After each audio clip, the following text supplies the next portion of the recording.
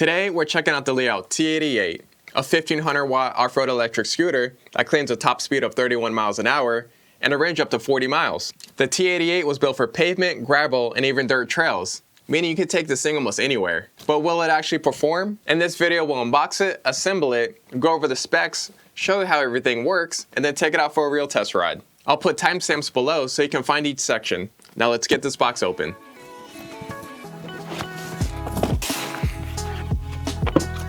Man, this thing is wrapped up. Let me grab something to cut this. Everything is definitely nice and tightly packaged. And if something did come damaged, Liao offers a 30-day warranty.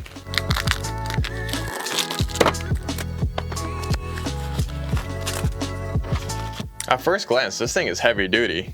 I like how wide the deck is, it has the cool design. This thing definitely looks like it was built for off-road. Now that we got everything out of the box, here's what's included. You get the scooter, a charger, the user manual, and a multi-tool to help with assembly. And the setup is actually really simple. First, remove the headset bolt, then slide the handlebars into place. Reinsert the headset bolt and tighten it down securely.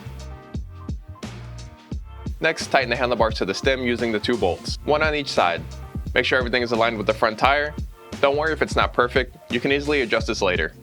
Now we'll attach a display to the handlebars. It's secured by two bolts at the bottom. Loosen them completely, center the display on the bars, and tighten it back down. Again, you can always fine-tune this later if needed. And that's it for assembly. The only thing left to do now is to unfold it. Push the lever on the side and raise the handlebars up. Then fold the red locking lever forward to secure it in place. And now you're ready to ride. But before we do that, let's go over the features and the specs of the T88. Right in the center of the handlebars, we have the NFC display. Power it on, press the button on the control pad, then tap the screen with your NFC tag. The display lights up and shows your speed, battery level, gear, and any alerts. On the right side, we have our thumb throttle and the front brake. On the left side, we have our rear brake and the control pad. The top button controls the lights. The plus and minus button adjusts your gear level. At the bottom, we have the horn, and right below that are your turn signals. You'll also see a DS switch for dual or single motor. Since the T88 is a single motor, we'll leave it on S. To adjust the handlebar height, open this latch. This allows the bars to slide into 3 different height positions, then close the latch to lock it in place. The scooter is designed to fit riders from 5'3" to 6'3". And then down on the front, we have a bright headlight, which is great for nighttime riding. The T88 comes equipped with dual hydraulic front forks for solid bump absorption, paired with 10-inch air-filled off-road style tires. Up front, we also have these decently sized mechanical disc brakes. Stopping shouldn't be an issue for the setup. The wide deck gives you plenty of room to move your feet around. It's covered in grip tape, so slipping off shouldn't be a concern. The T88 is powered by a 48-volt, 18-hour amp battery, rated up to 40 miles of range in eco mode. Along the deck, you'll notice integrated lighting, front turn signals, and LED strips running down the sides. The charging port is located towards the rear of the deck, and it takes 6 hours to fully charge. In the back, we have our rear turn signals and brake lights that activate when braking. Supporting the 330-pound weight rating and helping with off-road capabilities is this large rear suspension spring, designed to absorb heavy impacts. And finally, powering everything is this 1500-watt peak motor, capable of pushing the scooter up steep hills, and up to a claimed top speed of 31 miles an hour. I think that just about covers all the features and specs of the T88. Now let's take it outside and see how it actually rides. Alright, and we're off on the T88. I always like to give some of my first impressions, and my first impression is that we're really high off the ground. This scooter has almost 8 inches of ground clearance, so if you go over any curbs or obstacles, you should have no problem clearing in any of that.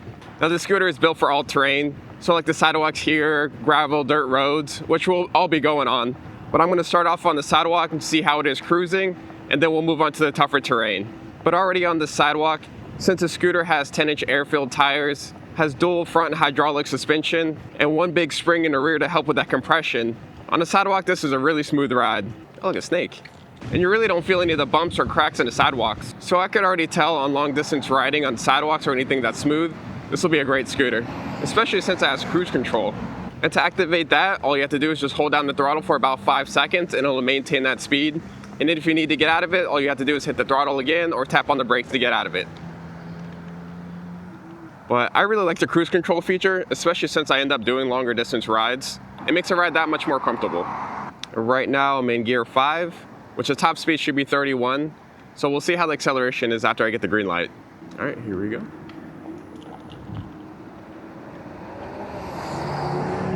All right, that's 20. Going up this curb. Oh, it's like nothing. We're at 25. I am going against some pretty strong wind today, so we might be able to get back a little bit higher speed on the other way. But we're at 30 right now.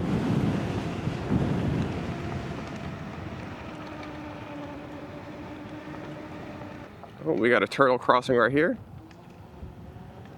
So the scooter accelerates good. It's nothing crazy. It's not gonna like throw you back and surprise you, but it is a consistent pull up to the top speed. So it is very predictable.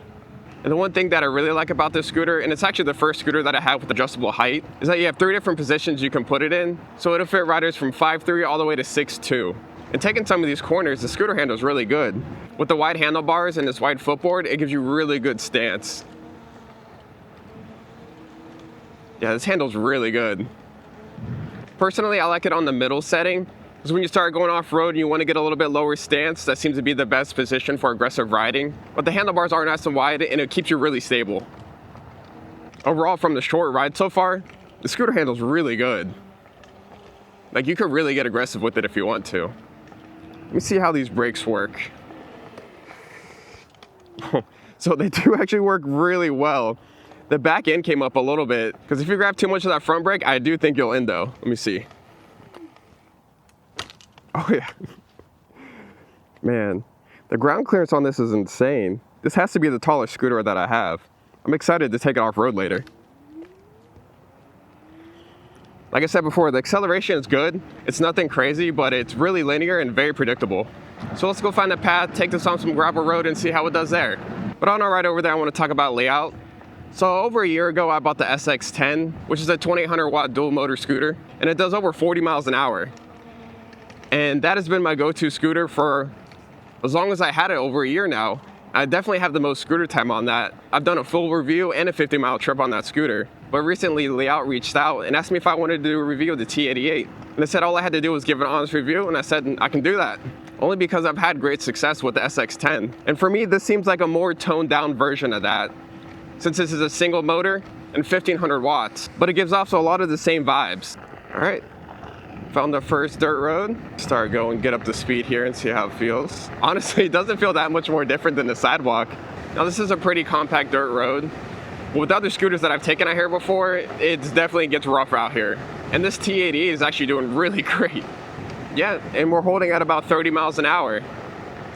Like I said, I got a lot of strong wind that I'm going into today, so that might hurt the top speed a little bit, but it's holding right at 29, 30 miles an hour on this dirt road.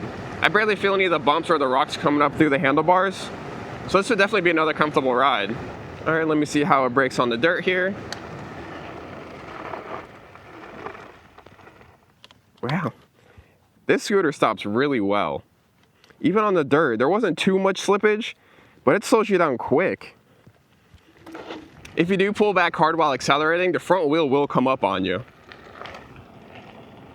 Also, if you're on loose pavement and you give it throttle and you're not completely over the rear tire, the rear end will slide out, like that. But I gotta say, these brakes are amazing on dirt. These are probably one of the best brakes that I've used so far. You don't get that much lockup, and it just stops. It's insane. The front brake is really strong. It won't throw you over on the dirt, but on the concrete or anything that has more grip than this, you gotta be careful. But this thing does stop very well. Now let's see if I can find a little bit more tough of a trail, something that has a little bit more bumps, maybe some softer sand, to really put this to the test, because honestly, this is nothing for the T88. One thing that I'd like to find is some jumps, but I know the scooter is more capable than what I'm putting it through today. Hopefully in a future video, maybe when I do the distance riding, I can go out and find some jumps and really put the scooter to the test. But I want to say, for a majority of people who are just getting from point A to point B, who may have some off-road like this scooter is going to be more than enough for you. Like I said, we're going to go try to find some softer sand, maybe a little bit rougher road, to see if I can really do this T88 any justice. And earlier briefly touched on the gearing on this. So the scooter has 5 gears. So if you get the scooter to someone who's a little bit less experienced, or you don't want them to go as fast, so you can go ahead and put it in first gear, second gear, all the way to 5th gear. All right, so I'm in first gear right now, and it seems that's about 7 miles an hour. Second gear looks to be about 9. 3 is 15. 4 is 21. and then I assume 5th because we've already reached 31 miles an hour in 5th gear. And unlike most scooters where the weight limit's generally 264 pounds, this one has a max load rating of 330 pounds.